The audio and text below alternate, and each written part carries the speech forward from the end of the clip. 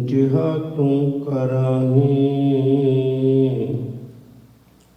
ਤਿਹਾ ਹਉ ਕਰੀ ਵਖਿਆ। ਦਾਸਨ ਦਾਸ ਕਹੈ ਜਨ ਨਾਨਕ ਜਿਹਾ ਤੂੰ ਕਰਾਹੀ ਤਿਹਾ ਹਉ ਕਰੀ ਵਖਿਆ। ਸਤਨਾਮ ਵਾਹਿਗੁਰੂ ਸਾਹਿਬ ਜੀਓ। ਰਾਮ ਕਲੀ ਮਹਲਾ ਤੀਜਾ। ਆਨੰਦ। ਇਕ ਓੰਕਾਰ ਸਤਿਗੁਰ ਪ੍ਰਸਾਦ। ਆਨੰਦ ਭਇਆ ਮੇਰੀ ਮਾਏ ਸਤਿਗੁਰੂ ਮੈਂ ਪਾਇਆ। ਸਤਿਗੁਰ ਤਾਂ ਪਾਇਆ ਸਹਿਜ ਸੇਤੀ।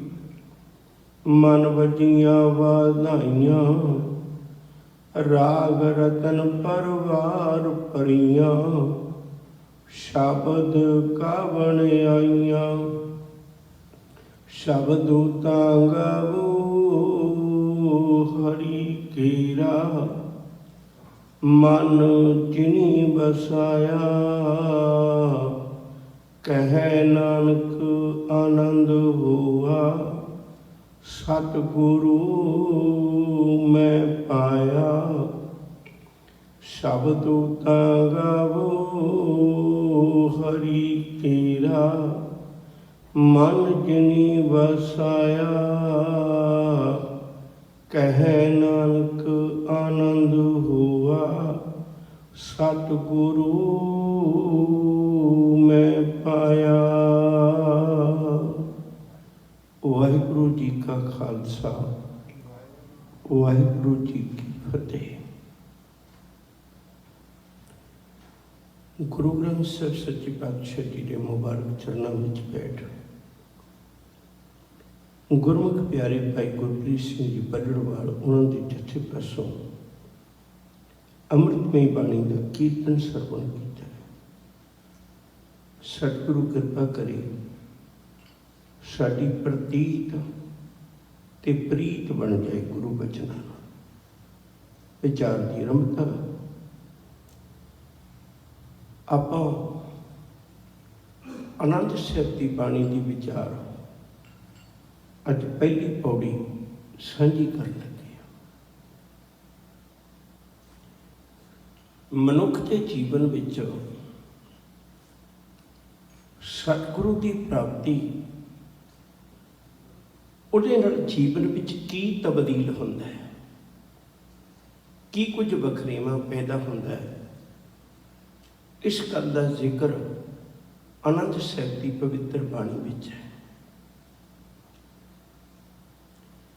ਅਕਸਰ ਮਨੁੱਖ ਦੇ ਮਨ ਵਿੱਚ ਇੱਕ ਭਾਵਨਾ ਹੈ, ਜਿਤਨੇ ਵੀ ਇਹਦੇ ਸਾਧਨ ਨੇ, ਇੱਛਾਵਾਂ ਨੇ, ਵਿਚਾਰਾਂ ਨੇ, ਉਹ ਕਿਸੇ ਪਰਮ ਆਨੰਦ ਦੀ ਪ੍ਰਾਪਤੀ ਲਈ ਨੇ। ਹੁੰਦਾ ਕੀ ਹੈ? ਸੁਖ ਕੈ ਹੇਤ ਬਹੁਤ ਦੁੱਖ ਪਾਵਤ ਸੇਵ ਕਰਤ ਜਨ ਜਨ ਕੀ। ਦੁਆਰੇ ਦੁਆਰ ਸੁਆਨ ਚੋਂ ਡੋਲਤ ਨ ਸੁਧ ਰਾਮ ਭਜਨ ਕੀ। ਸੁਖ ਕੇ ਹੇਠ ਸਗੋਂ ਦੁੱਖ ਪਾਉਂਦਾ ਹੈ। ਸੁਖ ਦੀ ਪ੍ਰਾਪਤੀ ਨਹੀਂ ਹੁੰਦੀ, ਫਿਰ ਤਾਂ ਸੁਖ ਦੀ ਪ੍ਰਾਪਤੀ ਨਹੀਂ।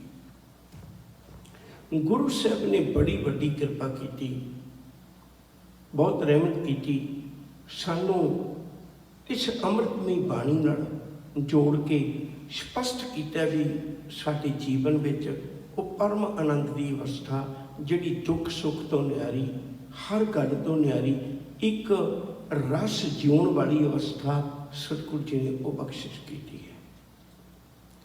ਆਪਾਂ ਸਮੇਂ ਦੀ ਸੀਮਾ 'ਚ ਰਹਿ ਕੇ ਵਿਚਾਰ ਕਰਨੀ ਹੈ। ਮੈਂ ਨਾਲ ਨਾਲ ਸ਼ੁਰੂ ਕਰਨੀ ਚਾਹੁੰਦਾ ਹਾਂ।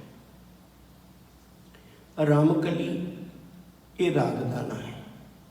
ਗੁਰੂ ਗ੍ਰੰਥ ਸਾਹਿਬ ਜੀ ਦੀ ਪਵਿੱਤਰ ਬਾਣੀ ਦੇ 31 ਰਾਗਾਂ ਵਿੱਚੋਂ ਇਸ ਰਾਗ ਦਾ 18ਵਾਂ ਨੰਬਰ ਹੈ। ਭੈਰਵ ਔੜ ਵਧਾਤੀ ਸੰਪੂਰਨ ਹੈ। ਨਾਲ ਇਹਦੇ ਗਾਉਣ ਦਾ ਵਕਤ ਵੀ ਅੰਮ੍ਰਿਤ ਵੇਲੇ ਭਾਵ ਸੂਰਜ ਦੀ ਟਿੱਕੀ ਚੜ੍ਹਦੇ ਸਾਰ ਦਿਨ ਦਾ ਪਹਿਲਾ ਪਹਿਰ ਹੈ। ਇਹੋ ਹੀ ਕਾਰਨ ਹੈ, ਪੁਰਾਣੇ ਬਜ਼ੁਰਗ ਕਿਹਾ ਕਰਦੇ ਸਨ ਵੀ ਆਨੰਦ ਕਾਰਜ 12 ਵਜੇ ਤੋਂ ਪਹਿਲਾਂ ਉਹ ਵਕਤ ਦੀ ਗੱਲ ਨਹੀਂ ਸੀ ਹੁੰਦੀ। ਇਸ ਰਾਗ ਦੇ ਗਾਉਣ ਦਾ ਵਕਤ ਹੀ ਅਸਲ ਵਿੱਚ ਪਹਿਲਾ ਹੈ। ਮਹਿਲਾ ਤੀਜਾ, ਇਹ ਅੰਮ੍ਰਿਤ ਬੋਲ ਧੰਨ ਗੁਰੂ ਅਮਰਦਾਸ ਸਾਹਿਬ ਸੱਚੇ ਪਾਤਸ਼ਾਹ ਜੀ ਮਹਾਰਾਜ ਦੇ ਨੇ।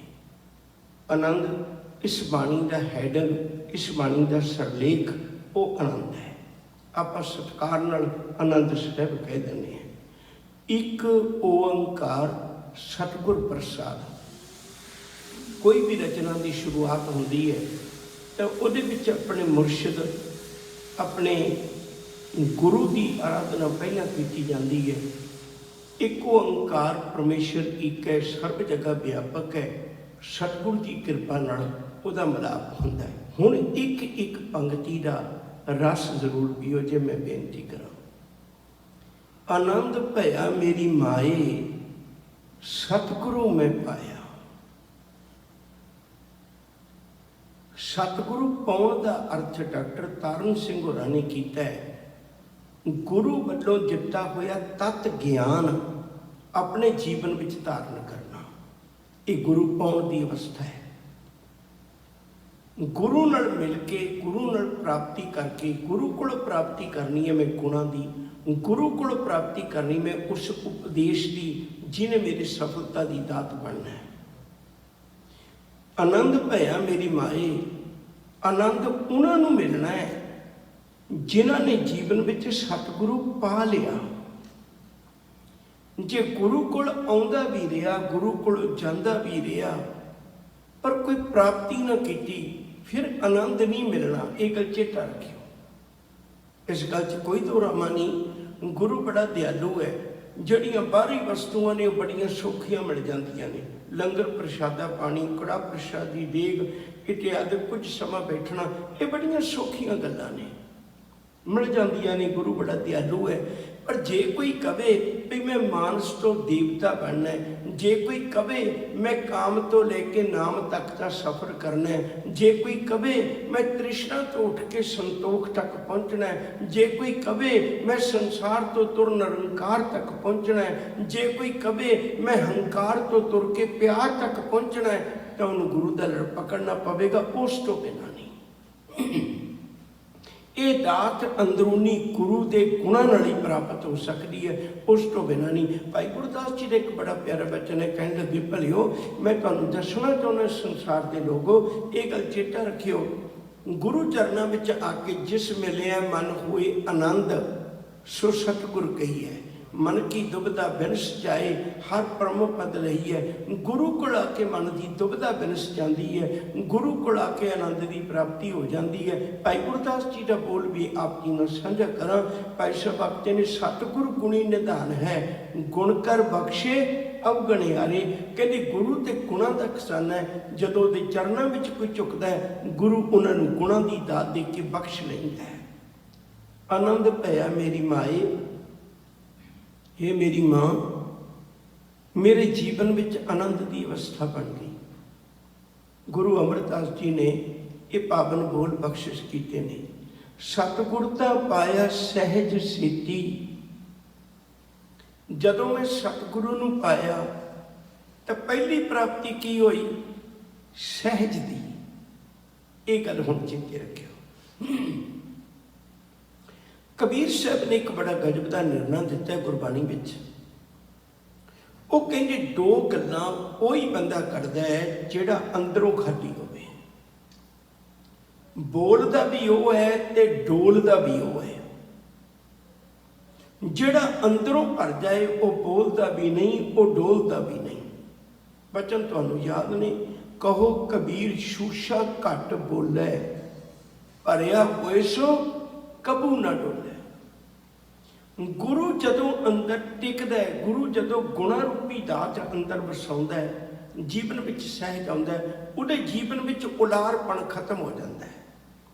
ਉਹਦੀਆਂ ਖਾਹਿਸ਼ਾਂ ਦੀਆਂ ਹਨੇਰੀਆਂ, ਵਿਕਾਰਾਂ ਦੀਆਂ ਹਨੇਰੀਆਂ, ਤ੍ਰਿਸ਼ਨਾ ਦੀਆਂ ਹਨੇਰੀਆਂ, ਲੋਕ ਲਾਜ ਦੀਆਂ ਹਨੇਰੀਆਂ ਸ਼ਾਂਤ ਹੋ ਜਾਂਦੀਆਂ ਨੇ। ਉਹਦਾ ਜੀਵਨ ਸਹਿਜ ਵਿੱਚ ਆ ਜਾਂਦਾ ਹੈ। ਹੁਣ ਉਲਾਰ ਹੈ, ਹੁਣ ਸਾਡੇ ਜੀਵਨ ਵਿੱਚ ਸਹਿਜ ਨਹੀਂ ਹੈ।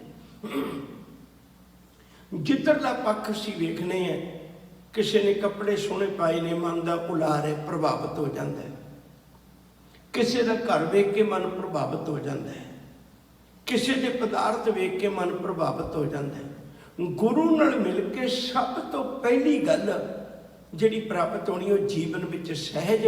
ਜੇ ਜੀਵਨ ਵਿੱਚ ਸਹਿਜ ਨਹੀਂ ਆਇਆ ਤਾਂ ਸੱਚ ਕਰਕੇ ਜਾਣਿਓ, ਉਹ ਮਨੁੱਖ ਜੇ ਗੁਰੂ ਦੇ ਨੇੜੇ ਨਹੀਂ ਹੋ ਸਕਿਆ। क्या पढ़िए क्या गुनिए, क्या वेद पुराना सुनिए, पढ़े सुने क्या कोई, जो सहज ना मिले उस वे। हजे तक टका ही नहीं आया जीवन विच, जीवन विच टका नहीं आया। जिस दिन जीवन विच टका आ गया, जीवन जीवन का ढंग ही वखरा बन जाना। सहज की बोली होगी, सहज का वरत विहार होगा। मैं बार बार बेनती करने जो का समा बड़ा पतला जिहा बन गया, रिश्ते साडे बड़े फिक्के जे हो गए। निक्की जी गल तो बंदा जीवन की कहानी खत्म कर लेंदा। सहज पैदा हो गया, उन्होंने जीवन में कदे भटकना नहीं होंदी। ये गल कल्ले गुरु जी ने कही नहीं, मनी भी है, प्रवान भी की है। संसार झुक गया जिस दिन गुरु अंगद साहब ने गुरगद्दी गुरु अमरदास जी ने बख्शिश की। गुरु अमरदास जी ने गुरगद्दी जिस दिन गुरु अंगद साहब ने बख्शिश की, संसार झुकिया। एडी वड्डी वडियाई वेख के बाबा दातू जी को सहारिया ना गया। असी गुरु पुत्र, ये साडे घर का पानी ढोने वाला, अज असी खाली रह गए, ये तख्त का वारस बन गया। बर्दाश्त न होया, कुछ दिनों बाद भरे दीवान में लगे हुए जे गुरु अमरदास जी के पिठ में लत मारी, तख्त तो थले डेग दिता। हुण ये गल्लां असीं शरधा वस कई बारी नहीं पूरियां करते। तुसीं सोचो, बजुर्गी की उम्र में तख्त तो थले डिगे होणगे, सट बजी होएगी, दस्तारा भी ढिला होया होवेगा, ते कई कुछ वापरिया होगा। गुरु के सिखा ने मुठियां मीचियां होंगियां उस वेले गुरु का हुक्म उड़ीकण लई। पर कमाल है, इतना सहज। गुरु अमरदास जी उठे, तख्त ते बैठे दातू जी नूं सहज नाल कहण लगे, भलिया मैनू गुरु पुत्र देख के पहला उठ जाना चाहिए सी, खड़े हो जाना चाहिए सी, पर नहीं। दूजी गल ये है भाई, जदों तुसी लत मारी है, मेरे तो हड्ड बुढ़े ने, इन्हां ते चर्बी ढलक गई है, मेरे बुढ़े हड्डां दे नाल बज के तेरे नाचक जे पैरां नूं दर्द होया होवेगा। श्लोक ते आपां भी पढ़ लेने हैं, फरीदा जे तैं मारन मुक्कियां, तिन्हां ना मारे घुम, आपन नड़े कर जाइए पैर तिन्हां दे चुम। ये अर्थ ये ने, ये नहीं भी पैर चुमन की कहानी, ये अर्थ ये ने जिहड़ा तेरे नाल विहार बुरा करदा है, तू उहदे नाल विहार बुरा नहीं करना। गुरु साडे जीवन विचों प्रगट होवे, गुरु साडे जीवन विचों दिसे। बड़ा प्यारा बचन है गुरु की बाणी का। शिव जी आखते ने, कहते घोड़ा की तो सहज दा, जत कियो पलान, तनक चढ़ायो सच दा, जस हंदा बाण। शिकार गुरु अमरदास भी करते ने, पर उहदा घोड़ा ही सहजदा है, उहदे जीवन विच घोड़ा ही सहजदा है। यह गल चेता रखियो, जिहदे जीवन विच टका नहीं आया, जिहदे जीवन विच पदार्थकवाद की हजे बहुत वड्डी रुचि है, वो बहुत बारी शरीर की खातर जमीर मार दिंदा है। धर्मी बंदा वो है जिहड़ा जमीर की खातर शरीर ते वार दिंदा है, पर कदे जमीर मरन नहीं दिंदा। गुरु नाल मिल के जिहड़ा पहला टका पैदा होना है, वो सहज होना है, जीवन विच सहज होना है। रसना गुण गोपाल ने दगाइन, पंक्तियां तुहानूं याद ने, विच इत्थे ही करवाउणीआं ने। शांत सहज रहस मन उपजियो, सगले दुख भुलाए। सहज ही नहीं आया जीवन में। गुरु घरां च भी लड़ाई, कारण सिर्फ एक ही है, साडे जीवन में सहज नहीं। हर का बिलोबना बिलोबो मेरे भाई, सहज बिलोबो जैसे तत न जाई। साडे तां सिमरन विचों भी सहज गुआच गया, साडे तां कीर्तन विचों भी सहज गुआच गया, साडे तां जीवन दे विचों सहज आउणा ते बड़ी दूर दी बात सी। गुरु जी कृपा करते ने, कहते पहली गल वो टिकिया होया इंसान है, सहज विच आओ। वो नहीं प्रभावित होंदा किसी दे बोलां नाल, किसी दे बाणी नाल, किसी दे वचनां नाल, वो नहीं प्रभावित होंदा, उहदे जीवन विच सहज है। असीं तां निक्की जी गल कोई कर देवे जदे पट कुटते हैं। सतगुरु कृपा करते ने,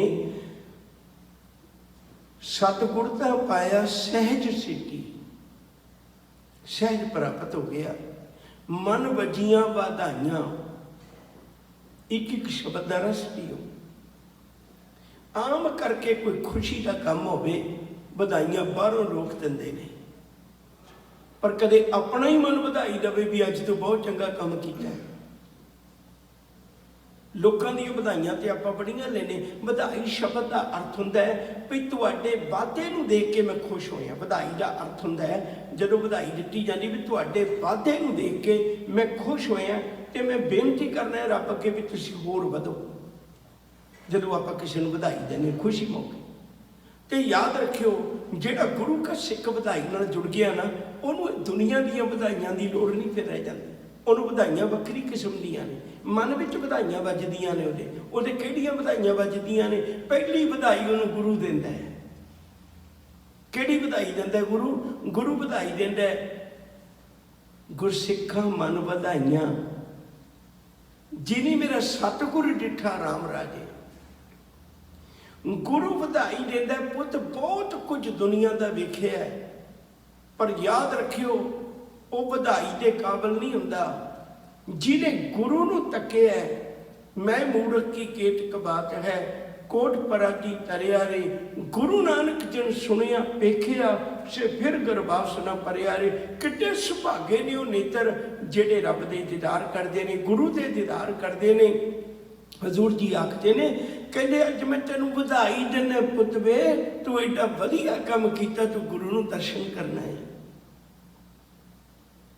अज दे विचार ये संबंधित तो नहीं, पर फिर भी साडे कल्चर में एक गल, जदों बहुत कोई खास मेहमान आवे घर च मिठा बनाने असीं प्रशादे पानी नाल। गुरु के घर च कड़ा प्रशाद बनता है। जदों बधाई लेके सिख वापस जाता है, गुरु कह लगे पुत तेरा मूँह मिठा करवा के तुरन लगा, अज तू मेरे घर आया, मैनूं किड्डी खुशी, अज तू संसार के बंधनां नूं तोड़ के आया। गुरु एडी खुशी मनाउंदा है। पहली बधाई उन्होंने लोगों दी बधाइयां दी लोड़ नहीं, पहली बधाई उन्होंने मिलती है गुरु दे कोलों, फिर दूजी बधाई उन्होंने मिलती है रब दे कोलों, क्योंकि रब दे घर च तां तेरे घर आनंद बधाई तुद कर। हर दुनिया के घर में कदे ना कदे बधाई दिती जाती है, कदे शोक भी मनाया जाता है, पर रब दे घर च सदा ही बधाई है, क्योंकि ना वो मरे ना होवे सोग, उहदे घर तां कदे सोग होना ही नहीं। हजूर कहंदे दुनिया दीयां बधाइयां छड्डो मना, तो गुरु नाल जुड़ तेनूं अंदरों बधाई मिलेगी। तेरा मन ही तेनूं बधाई देवेगा, तेरा मन ही उत्साहित होवेगा भी बहुत वधिया गल है, अज गुरु ने कृपा कीती, तेरी इस लगन विच होर वाधा होवे। मैं बहुत खुश होया। मन वजियां बधाइयां, गुरु वचन बख्शिश करेगा। राग रतन परवार परियां, शब्द गावन आईयां। ये भी मनुख का मुढ़ कदीमा का सुभाव है। जदों कदे खुशी मनाउंदा है, उदों ये म्यूजिक का सहारा लैंदा है। ये गल वखरी भी वो म्यूजिक की चोण ये अपनी बिरती मुताबिक कर लैंदा है। माड़ी बिरती होएगी नचण गाउण वाले नूं बुला लेगा, चंगी बिरती होएगी तो कीर्तन करन वाले नूं बुला लेगा। ये बिरती के आधारित है, गल वखरी है, पर सहारा जरूर संगीत का लेंदा है। तुसीं कदे देखो कोई खुशी होवे, संगीत की असीं मदद लवांगे अपनी खुशी नूं होर गूढ़ी करन वास्ते। हजूर कहंदे भी इस तों वध खुशी की हो सकती है। तो अज मालिक ने कृपा कर दी, मेरे अंदर ही दरबार सज गया, जिहदे विच राग राग वो जिहड़े रत्ना वर्गे ने, वो राग नहीं जिहड़े जीवन नूं बर्बाद करन वाले ने। मैं एक पल रोकण लगा, फिर इत्थे गल शुरू करांगे बड़े संखेप शब्दां विच। बगदाद की धरती, बगदाद का अर्थ है तोहफा, रब वालों मिलिया तोहफा। डॉक्टर सरबजिंदर सिंह जी उन्होंने उसका अर्थ किया। खैर, बगदाद विच गुरु नानक साहब जी गए ते नाल भाई मरदाना जी गए, ते भाई मरदाना जी ने जदों राग गाया तो गुरु नानक साहब जी ने कीर्तन किया, उन्होंने बड़ा विरोध किया। सतगुरु बैठ के एक गल समझाई। किसी वेले बगदाद विच डॉक्टर बलबीर सिंह होरां ने यह गल लिखी है कलम दी करामात विच, लम्मी नदर विच उन्हें जिक्र किया बड़ा प्यारा। कहते उस बगदाद विच एक फराबी नाम का बंदा गया सी, उसका नाम सी, बड़ा संगीतकार सी, बहुत उच्चा संगीतकार सी। वो गया तो उन्हें वो कपड़े सादगी वाले पाए हुए सन, लोग देख के दरबार च हसे। उन्हें इहो जिहा राग छेड़िया, हसन वाले लोग रोन लग पे, प्रभाव होया। उन्हें इहो जिहे राग का पलटा फेरिया, वो जिहड़े रोन वाले लोग सन वो इहो जिहे सुस्ता गए जिवें वो सौण लगे होण। ते फराबी उत्ते लिख के रख के आ गया, कहण लगे मैं आया सा पहला लोकां नूं हसा के, फिर रोआ के, तीजी गल सुआ के वापस तुर चले।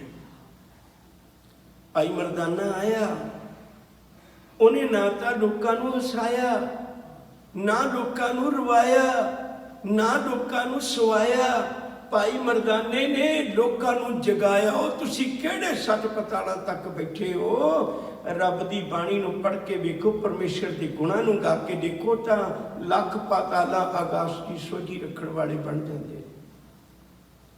राग रतन परवार परियां साडा दिल ही नहीं करेगा उन्हां रागां वाले पासे।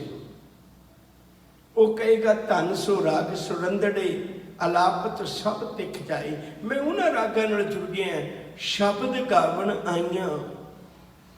राग विच पा के की गाउणा है? शब्द, शब्द पा के गाउणा है। शब्द दा ही तां आसरा है, शब्द दा ही तां सहारा है। गुरु जी ने कृपा कर दी, शब्द गावन आईयां। कीर्तन का शब्द, रब का शब्द, निरंकार का शब्द, शब्द गावे है, शब्द का ही असर होता है।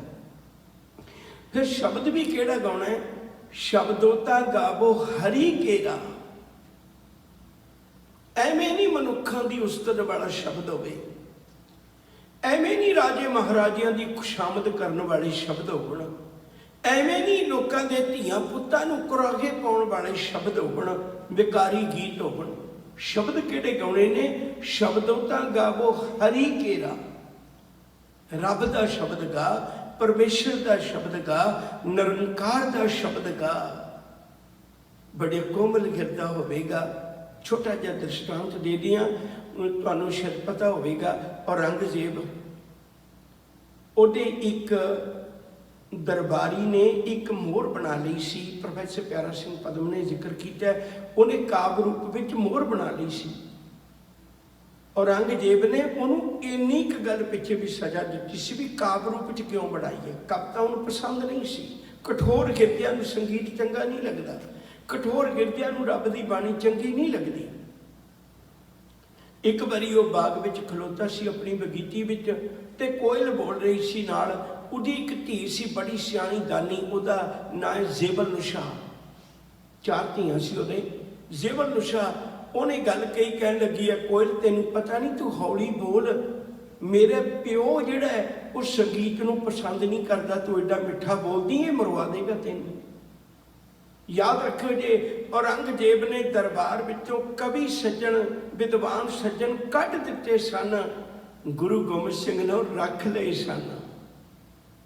कितना प्यार होवेगा संगीत नाल।